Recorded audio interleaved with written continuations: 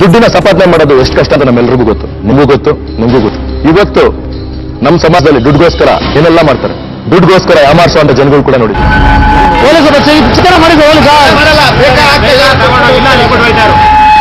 ನೋಡ್ತೀವಿ ಪೆಟ್ರೋಲ್ ಮೋಸ ಮಾಡ್ತಾ ಅಂತ ಹೇಳ್ತಾರೆ, ಅದಕ್ಕೆ ಕೇಳೋದಪ್ಪ ಅಂದ್ರೆ ಹೆಂಗ್ ಏನ ಜನ ಇವ್ರು ಹಿಂಗ ಸರ್ ಪೆಟ್ರೋಲ್ ಹೋಗಬೇಕು ಕಮ್ಮಿ ಇತ್ತು ಸರ್, ಅಲ್ಲ ಕೇಳಿದೆ ಇವ್ರು ಒಂಥರ ಸಖತ್ ಎಲ್ಲ ರಿಪೋರ್ಟ್ ಬಗ್ಗೆ ಒಂಥರ ಇಲ್ಲ ಸರ್, ಇಲ್ಲ ಕೇಳಿ ಏನಪ್ಪ ಕಮ್ಮಿ ಇತ್ತು ಸರ್ ಅಂತ ಕೇಳಿದೆ ಸರ್. ಇವರೆಲ್ಲ ಒಟ್ಟಿಗೆ ಏನೋ ಯಾವನ ಏನಂಗೆ ನಮ್ಗೆ ಬೇರೆ ಬಿಟ್ಟು ನಾನು ಒಬ್ಬರಿಗೆ ಯಾರಿಗೂ ನನ್ನ ಕೇಳಿದೆ ಸರ್, ಅವ್ರವ್ರು ನಿಂತ್ಕೊಂಡು ನಂದ ಬರ್ತಾರೆ ಅವರು.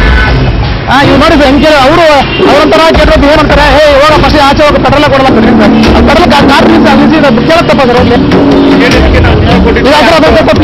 ಅದು ಸರಿನಾ ಸರ್ ಚೆಕ್ ಮಾಡಿಬಿಡಿ ಸರ್ ಪ್ಲೀಸ್ ಸರ್, ನಂಗೆ ಹೆಲ್ಪ್ ಮಾಡಿ ಸರ್. ನೋಡಿ ಸರ್ ಪ್ಲೀಸ್ ಸ್ವಲ್ಪ ಚೆಕ್ ಮಾಡಿಬಿಡ್ತಾರೆ ಸರ್, ರಿಕ್ವೆಸ್ಟ್ ಸರ್. ನಾನು ಯಾಕೆ ಹೆಸರು ಎಲ್ಲಿ ಸರ್, ಇಲ್ಲಿ ಸ್ಟೇಷನ್ ನೋಡಿ, ಇಲ್ಲ ಸ್ಟೇಷನ್ ಸರ್, ನೀವು ಇದ್ರು ಸರ್. ಈಗ ಧೈರ್ಯವಾಗಿ ಕೇಳ್ಬೋದು ಸರ್, ಆದ್ರೆ ರೌಡಿಗಳ ತರ ವರ್ತನೆ ಮಾಡ್ತಾರೆ.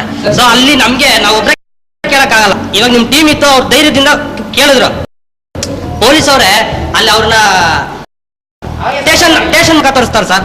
ಸ್ಟೇಷನ್ ಅಲ್ಲ, ಅಲ್ಲಿ ಮಾತಾಡಿದ್ದು ಯಾವ ರೀತಿ ಇದೆ ಅಂದ್ರೆ ಕೆಟ್ಟ ರೀತಿನೇ ಮಾತಾಡಿದ್ರು. ಯಾಕಂದ್ರೆ ಅಲ್ಲಿ ಒಬ್ರು ಇರೋದು, ಅಷ್ಟು ಜನ ನಾವು ಕವರ್ ಆದ್ರೆ ಒಬ್ಬ ಏನು ಮಾಡಕ್ಕಾಗಲ್ಲ ಸರ್. ನಾವ್ ಯಾರಾದ್ರೂ ಒಬ್ಬರು ಕೇಳ್ತಾ ಇದ್ರಿ, ಇನ್ನಿಬ್ಬರು ಪೆಟ್ರೋಲ್ ಹಾಕ್ರಿ ನಾವು ಹೋಗ್ಬೇಕು ಅರ್ಜೆಂಟ್ ಅಂತ ಓದ್ತಾರೆ ಹೊರತು ಅಲ್ಲಿ ನ್ಯಾಯನ ಅನ್ಯಾಯನ ಅಂತ ತಿಳ್ಕೊಳಕ್ಕೆ ಅವಕಾಶ ಟೈಮ್ ಇಲ್ಲ. ನೀವ್ ಹೇಳ್ತೀರಾ ಕರೆಕ್ಟ್. ಸೈಡ್ ನಿಂತ್ಕೊಂಡು ನೀವು ಒಳಗಡೆ ಮ್ಯಾನೇಜ್ಮೆಂಟ್ ಇರ್ತದೆ, ಕಂಪ್ಲೇಂಟ್ ಬುಕ್ ಇರ್ತದೆ, ನೀವೆಲ್ಲ ಇರ್ತದೆ, ನೀವ್ ಏನ್ ಬೇಕಾದ್ರೂ ಕಂಪ್ಲೇಂಟ್ ಮಾಡ್ಬೋದು. ಆಫೀಸ್ ರೂಮ್ ಒಳಗಡೆ ಬುಕ್ ಇಕ್ಕಿರ್ತೀರಾ, ನಾವು ಆಫೀಸ್ ರೂಮ್ ಒಳಗಡೆ ನಮ್ಮ ಹತ್ರ ಪ್ರತಿಯೊಬ್ಬರು ಕಾರ್ಡ್ ಮಾಡ್ಬೇಕಾದ್ರು ಪ್ರತಿಯೊಬ್ಬರು ಕಂಪ್ಲೇಂಟ್ ಬುಕ್ ಹೆಂಗಿರ್ಬೇಕು ಆಚೆ ಕಡೆ ಇಟ್ಟಿದ್ದೀವಿ, ಅದು ಪೋಸ್ಟ್